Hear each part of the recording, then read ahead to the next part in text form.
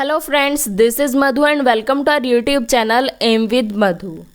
दोस्तों, इस वीडियो से हम स्टार्ट करेंगे रीट लेवल फर्स्ट का जो पर्यावरण अध्ययन का सब्जेक्ट आपका आता है, जो रीट में 30 मार्क्स का पूछा जाता है। ये वीडियो उसके लिए है और ये आपकी पूरी की पूरी सीरीज़ पर्यावरण अध्ययन की हम लेकर आए हैं। इसमें हम ऑफिशियल सिलेबस के अकॉर्डिंग आपके एक एक टॉपिक कंप्लीट कराएंगे और हर टॉपिक करने के बाद, हर टॉपिक का कंटेंट पढ़ने के बाद उससे रिलेटेड कुछ एमसीक्यूज़, कुछ मल्टीपल टाइप क्वेश्चंस भी हम डिस्कस करेंगे।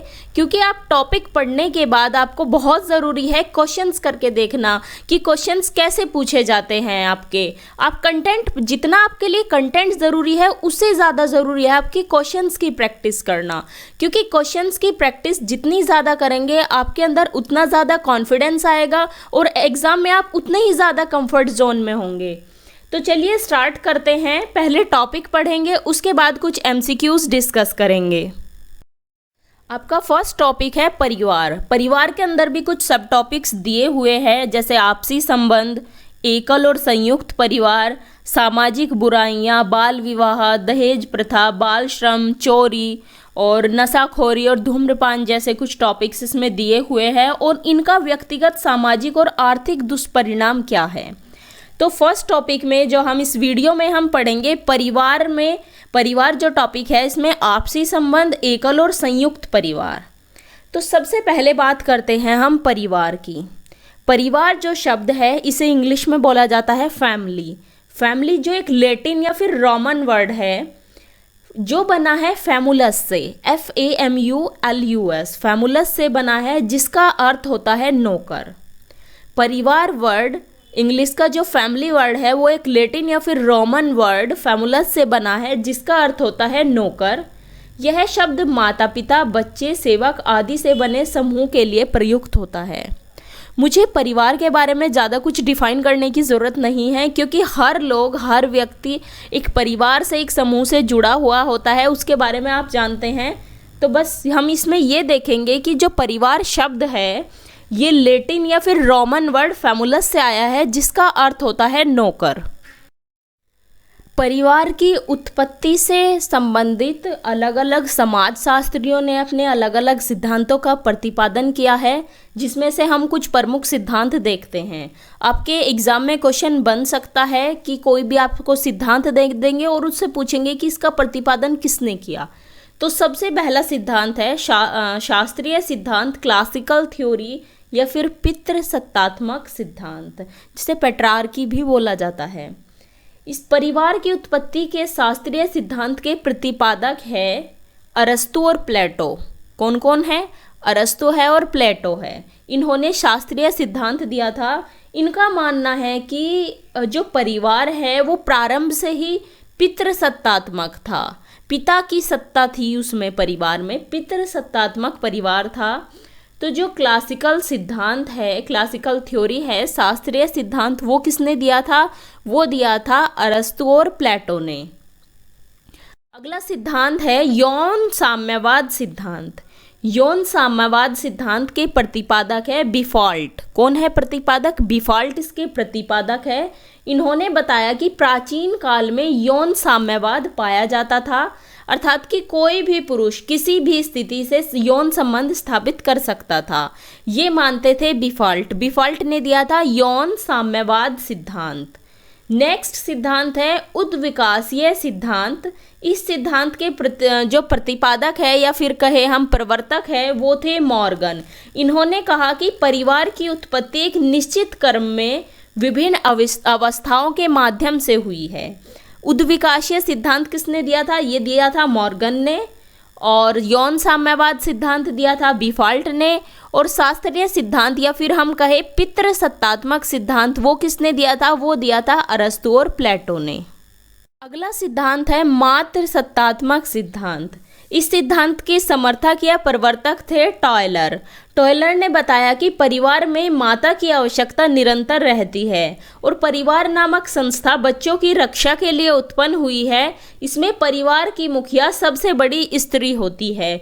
ये सिद्धांत दिया था टॉयलर ने, जबकि जो पितृसत्तात्मक सिद्धांत था अरस्तु और प्लेटो का, वो था उसमें बताया था कि परिवार का मुखिया पुरुष होता है, पिता होता है। अगला सिद्धांत है एक विवाह सिद्धांत। ये दिया था वेस्टरमार्क ने। वेस्टरमार्क ने इसे प्रतिपादित करते हुए कहा कि मानव समाज के इतिहास में किसी भी यौन साम्यवाद एवं समूह विवाह जैसी परिस्थितियां नहीं रही। मानव समाज प्रारंभ से ही एक विवाह वाला रहा है। इन्होंने आलोचना की थी यौन साम्यवाद सिद्धांत जो दिया था बिफोल्ट ने उसकी, कि एक विवाह सिद्धांत पहले से ही चलता आ रहा है, लेकिन बिफोल्ट मानते थे कि कोई भी व्यक्ति, प्राचीन काल में ऐसा था कि कोई भी व्यक्ति किसी से भी शादी कर लेता था। इसकी आलोचना वेस्टरमार्क ने की थी। तो जो मातृसत्तात्मक सिद्धांत था इसमें कि माता मुखिया होती है परिवार की, और पितृसत्तात्मक सिद्धांत में पिता मुखिया होता है परिवार का। तो ये सभी सिद्धांत के आपको प्रवर्तक भी याद करने हैं। जो शास्त्रीय सिद्धांत था जिसे पितृसत्तात्मक भी बोला जाता है, वो किसने दिया था? वो दिया था अरस्तु और प्लेटो ने। यौन साम्यवाद सिद्धांत था बिफोल्ट का। मातृसत्तात्मक सिद्धांत था टॉयलर का, और एक विवाह सिद्धांत दिया था वेस्टरमार्क ने। अब देखते हैं परिवार के प्रकार। मूलतः परिवार दो प्रकार के होते हैं, एकल परिवार और संयुक्त परिवार। एकल परिवार के भी कुछ विभिन्न रूप हैं, इन रूपों को देखते हैं। पहला है मूल एकल परिवार। मूल एकल परिवार में कौन कौन होते हैं? मूल एकल परिवार में होते हैं पति पत्नी और उनके बच्चे, अविवाहित बच्चे, पति पत्नी और अविवाहित बच्चे। मूल एकल परिवार में कौन सा है? वह परिवार जिसमें पति और पत्नी बच्चों के साथ या फिर बच्चों के बिना भी रहते हैं। जब शादी होती है तब तक बच्चे नहीं होते, अगर पति पत्नी साथ रह रहे हैं वो भी मूल एकल परिवार ही होगा। अगर बच्चे भी हैं वो भी मूल एकल परिवार है, बशर्ते जो बच्चे हैं वो अविवाहित हो। नेक्स्ट है अनुपूरित एकल परिवार। अनुपूरित एकल परिवार वह परिवार है जिसमें माता पिता व अविवाहित बच्चों के अतिरिक्त उनके एक या अधिक अविवाहित, तलाकशुदा या विधुर विधवा संबंधी भी रहते हो। अनुपूरित एकल परिवार में मूल परिवार के तो सभी लोग, मतलब कि माता पिता और अविवाहित बच्चे, इनके साथ में कोई एक सगा संबंधी भी रह सकता है, लेकिन वो अविवाहित हो या तलाकशुदा हो, विधुर हो या विधवा हो, मतलब कि सिंगल पर्सन रह सकता है। मूल एकल परिवार में माता पिता और बच्चे हैं। अनुपूरित एकल परिवार में माता पिता बच्चों के साथ में कोई एक सगा संबंधी या तो अविवाहित हो, तलाकशुदा हो या विधुर और विधवा हो, ये भी साथ में रहते हैं। नेक्स्ट है उपमूल परिवार। वह परिवार जिसमें कोई विधवा विधुर अपने अविवाहित बच्चों या सगे भाई बहनों के साथ रहते हों। कि विधवा या विधुर हो, बच्चे साथ में हैं और कोई एक भाई या बहन साथ में रहता है, लेकिन वो अविवाहित हो, तलाकशुदा हो या फिर विधवा हो, सिंगल पर्सन होना चाहिए। नेक्स्ट है अनुपूरित मूल परिवार। वह परिवार जिसमें कोई विधवा अपने अविवाहित बच्चों के साथ अपनी विधवा सास के पास रहे। कोई विधवा है, उसकी विधवा सास है और उसके अविवाहित बच्चे हैं, ये है अनुपूरित मूल परिवार। ये भी आपको याद रखने हैं कि एकल परिवार के जो ये विभिन्न स्वरूप है ये भी आपको याद रखने हैं। इनमें से भी आपका क्वेश्चंस आपके बन सकते हैं, पहले भी क्वेश्चन इस तरह के पूछे जा चुके हैं। नेक्स्ट है आपका संयुक्त परिवार। संयुक्त परिवार के भी जैसे हमने एकल परिवार के विभिन्न रूप देखे हैं, संयुक्त परिवार में भी है। संयुक्त परिवार क्या होता है? संयुक्त परिवार में 3 पीढ़ियां एक साथ रहती है। कितनी पीढ़ियां? 3 पीढ़ियां संयुक्त परिवार में एक साथ रहती है। इसके भी विभिन्न रूप हैं। पहला है वंश परंपरागत संयुक्त परिवार। वह परिवार जिसमें ऐसे 2 युगल साथ रहते हों जिनमें आपस में वंश परंपरागत संबंध रहते हैं, जैसे माता पिता का विवाहित पुत्र के साथ या कभी कभी माता का अपनी विवाहित बेटी के साथ रहना। संयुक्त परिवार है, माता पिता होंगे और उसमें विवाहित पुत्र या फिर पुत्री होगा, दो नहीं होंगे। पुत्र अगर होगा वो सिर्फ एक होगा, विवाहित पुत्र। वंश परंपरागत संयुक्त परिवार में माता पिता अपने एक लौते विवाहित पुत्र या फिर विवाहित पुत्री के साथ रहते हों, वो होगा संयुक्त वंश परंपरागत संयुक्त परिवार। अगला है साख्य संयुक्त परिवार। ऐसे परिवार में दो या अधिक विवाहित युगल होते हैं और उनमें आपस में सहोदर संबंध होते हैं, मतलब कि सगे भाई बहन का संबंध होता है। इस प्रकार के संयुक्त परिवार में प्राय भाई और उसकी पत्नी तथा दूसरा भाई और उसकी पत्नी अविवाहित बच्चों के साथ रहते हैं। शाखीय संयुक्त परिवार क्या है? शाखीय संयुक्त परिवार है कि दो भाई अपनी पत्नियों और अपने बच्चों के साथ एक साथ रहते हैं। दो भाई हैं, उन दोनों की पत्नी है और उनके बच्चे हैं, एक साथ रहते हैं, माता पिता नहीं है इसमें साथ में। यह है शाखीय संयुक्त परिवार। वंश परंपरागत संयुक्त परिवार में माता पिता अपने एक बेटे और उसकी पत्नी और उसके अविवाहित बच्चों के साथ रहते हैं या फिर बेटी के साथ भी रह सकते हैं। शाखीय संयुक्त परिवार में माता पिता नहीं हैं, दो बेटे हैं, उनकी पत्नियां और उनके अविवाहित बच्चे। अगला है अनुपूरित शाखीय संयुक्त परिवार। इस प्रकार के शाखीय संयुक्त परिवार में अविवाहित, तलाकशुदा और विधवा संबंधी भी साथ में रहते हैं। इस परिवार में अन्य सदस्य प्राय विवाहित भाइयों की विधवा माँ या विधुर बाप, अपने अविवाहित सहोदर भाई बहन होते हैं। अनुपूरित शाखीय संयुक्त परिवार में माता पिता अपने जो अविवाहित भाई हो या फिर बहन हो, विधवा बहन हो, उनके साथ अपने परिवार के साथ रहते हैं। माता पिता होंगे, उनके बच्चे होंगे और उसमें उनका अविवाहित भाई या फिर कोई विधवा बहन या विधुर भाई भी उनके साथ रहता है। यह अनुपूरित शाखीय संयुक्त परिवार। अनुपूरित वंश परंपरागत संयुक्त परिवार क्या है?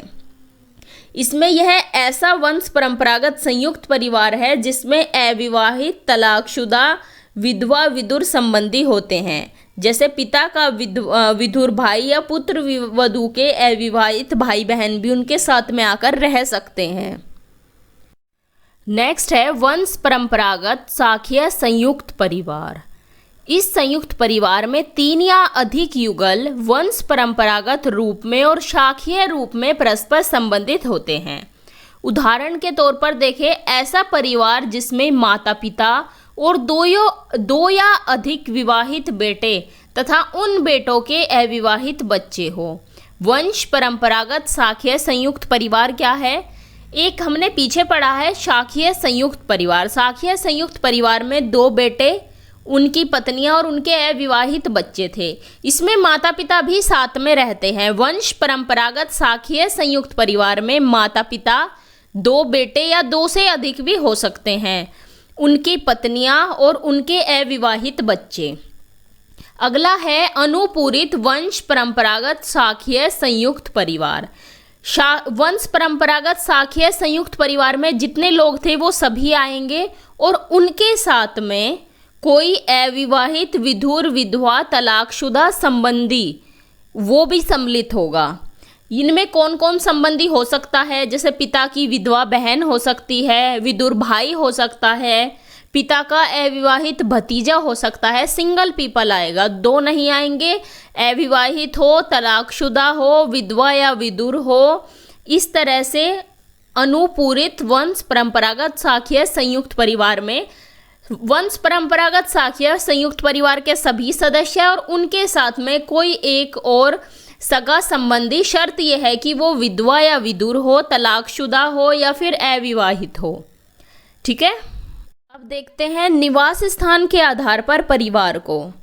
पहला है पितृस्थानीय परिवार, जिसे इंग्लिश में हम बोलते हैं पैट्रिलोकल फैमिली। इसमें जब विवाह उपरांत पत्नी अपने पति के परिवारजनों के साथ रहती है तो ऐसे परिवार पितृस्थानीय कहलाते हैं। अभी जो हमारे यहाँ पर परिवार का चलन है वो इसी प्रकार है कि जब लड़की की शादी हो जाती है वो अपने पति के साथ जाकर उनके परिवार वालों के साथ में रहती है। ये ही हमारे यहाँ पर चलन में है पितृ स्थानीय परिवार, पैट्रिलोकल फैमिली। नेक्स्ट है मातृ स्थानीय परिवार। जब नवविवाहित दंपत्ति पत्नी के परिवारजनों के साथ रहते हैं तो ऐसे परिवार मातृ स्थानीय कहलाते हैं, जिसे हमारी लोकल लैंग्वेज में बोला जाता है घर जवाई, जो अपनी पत्नी के घर पर जाकर रहता है। पितृस्थानीय परिवार में पत्नी अपने पति के परिवार वालों के साथ जाकर रहती है। मातृस्थानीय परिवार में पति अपनी पत्नी के परिवार वालों के साथ जाकर रहते हैं। नेक्स्ट है नव स्थानीय परिवार, न्यू लोकल फैमिली। जब विवाहित दंपत्ति अपना अलग घर बनाकर रहते हैं तो ऐसा परिवार नव स्थानीय कहलाता है। जो विवाहित दंपत्ति होते हैं वे अलग घर में रहते हैं, अलग घर बनाकर रहते हैं दोनों, तो ये होता है नव स्थानीय परिवार। नेक्स्ट है मातृ पितृ स्थानीय परिवार, बायलोकल फैमिली। जैसे आपको नाम से ही समझ में आ रहा है कि माता के परिवार जो परिजन हैं उनके साथ भी रहते हैं, कुछ समय के लिए पिता के परिजनों के साथ में रहते हैं। ऐसे समाज जिनमें नवविवाहित दंपत्ति के पति और पत्नी में से किसी के भी परिवारजनों के साथ रह सकते हों, वे परिवार मातृस्थानीय परिवार कहलाते हैं। सामान्यतः इनमें नव दंपत्ति कुछ समय वधू के माता पिता के साथ रहते हैं तथा कुछ समय बाद पति के परिवारजनों के साथ रहने चले जाते हैं। ये है मातृ पितृ स्थानीय परिवार। नेक्स्ट है मातुल यानी कि मामा, मातुल स्थानीय परिवार। ये ऐसे परिवार है जिसमें नवविवाहित दंपत्ति पति के मामा के परिवार में जाकर रहते हैं। कहाँ रहते हैं? जब जो नवविवाहित दंपत्ति है वो पति के मामा के यहाँ जाकर रहते हैं, उन्हें बोला जाता है मातुल स्थानीय परिवार। इस तरह के परिवार जो है वो ट्रोब्रियांडा द्वीपवासियों में पाए जाते हैं। ये एक ट्राइब है, वहाँ पाए जाते हैं। ट्रोब्रियांडा द्वीपवासियों में इस तरह के परिवार पाए जाते हैं। आपसे इस तरह से क्वेश्चन पूछ सकता है कि जो मातुल स्थानीय परिवार है वो कहाँ पाए जाते हैं, तो वो ट्रोब्रियांडा द्वीपवासियों में पाए जाते हैं। नेक्स्ट है द्विस्थानीय परिवार, ड्यू लोकल फैमिली। ऐसे परिवार जिसमें नवविवाहित दंपत्ति एक साथ नहीं रहते बल्कि पति अपने परिवारजनों के साथ और पत्नी अपने परिवारजनों के साथ रहती है। रात्रि में पति पत्नी के घर पर रहता है तथा दिन में वापस अपने परिवारजनों के पास में आ जाता है। जो लक्षद्वीप है, लक्षद्वीप केरल के कुछ भागों में अशांत जनजातियों में द्विस्थानीय परिवार प्रथा विद्यमान है। लक्षद्वीप केरल और अशांति जो जनजाति है उसमें इस तरह के द्विस्थानीय परिवार प्रथा प्रचलित है। कुछ इम्पोर्टेंट पॉइंट देखते हैं अब हम। फर्स्ट पॉइंट है हमारा भारतीय कामगार प्रतिपूर्ति अधिनियम। ये कब लागू हुआ था? ये हुआ था 1923 में। भारतीय कामगार प्रतिपूर्ति अधिनियम, इसमें बस आपको सन याद रखना है किस सन में हुआ था। भारतीय कामगार प्रतिपूर्ति अधिनियम 1923 में और न्यूनतम मजदूरी अधिनियम था 1948 में। भारतीय कामगार प्रतिपूर्ति अधिनियम 1923 और न्यूनतम मजदूरी अधिनियम 1948। 1930 में हिंदू विद्याधन अधिनियम आया। इसके द्वारा यह घोषणा की गई कि अगर कोई हिंदू शिक्षा के द्वारा कोई संपत्ति बनाता है तो यह उसकी व्यक्तिगत संपत्ति होगी, चाहे उसकी शिक्षा का खर्च संयुक्त परिवार द्वारा उठाया गया हो। ये था हिंदू विद्याधन अधिनियम 1930। सन 1929 में बाल विवाह को रोकने के लिए बाल विवाह निरोध अधिनियम पारित किया गया। इस अधिनियम का उद्देश्य बाल विवाह नियंत्रण द्वारा स्त्रियों की शिक्षा का अवसर प्रदान करना भी था। आज़ादी के बाद हिंदू उत्तराधिकार अधिनियम पारित कर लड़के और लड़कियों को पिता की संपत्ति पर समान अधिकार दिए गए। तो 1929 में बाल विवाह को रोकने के लिए बाल विवाह निरोध अधिनियम पारित किया गया था। ये भी आपका रीट में क्वेश्चन पूछा जा चुका है कि बाल विवाह निरोध अधिनियम कब पारित हुआ। ये पारित हुआ था 1929 में। ये भी आपको याद रखना है। 1930 में हिंदू विद्याधन अधिनियम आया था, 1929 में बाल विवाह निरोध अधिनियम पारित हुआ था। तो ये आपके कुछ पॉइंट्स थे, ये भी हमने पढ़ लिए।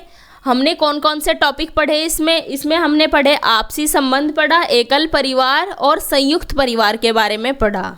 अब नेक्स्ट वीडियो में इनसे रिलेटेड कुछ MCQs हम डिस्कस करेंगे।